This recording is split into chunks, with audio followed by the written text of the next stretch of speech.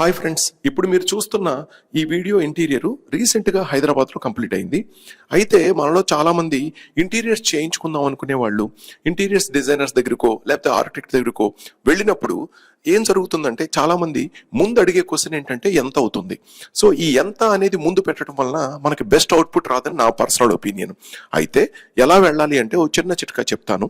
అదేంటంటే ఫస్ట్ మీరు అడగాల్సింది ఎలా, రెండోది ఎక్కడ, మూడోది ఎంత.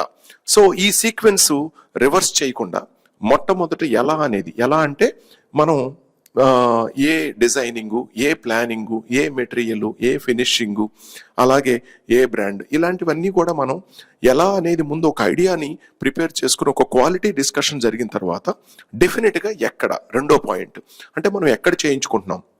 మనం చేయించుకునే అవకాశం ఉన్న చోట మనం ఫైనల్ చేసిన వాళ్ళు ఎవరైతే ఉన్నారో వాళ్ళు ఫైనల్గా అవుట్పుట్, మీరు అనుకున్న అవుట్పుట్ ప్రొడక్షన్ ఇవ్వగలరా, అలాగే గ్యారంటీ ఇవ్వగలరా, బ్రాండింగ్ ఇవ్వగలరా, మీరు అనుకున్న క్వాలిటీని యూజ్ చేయగలరా.